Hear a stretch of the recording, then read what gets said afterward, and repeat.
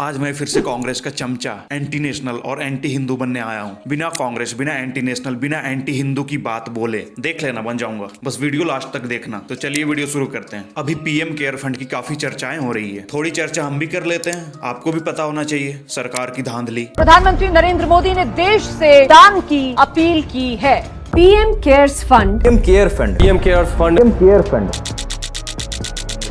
Name PM care fund, website pmcares.gov.in। Add के brand ambassador Modi ji, एक PM. अब आप लोग ये बताओ, आपको तो लग रहा होगा कि पीएम केयर फंड एक गवर्नमेंट फंड है। लगे भी क्यों ना, पीएम केयर फंड ने वेशभूषा ही ऐसे पहन रखी थी। लेकिन नहीं भाई, ये एक प्राइवेट फंड है।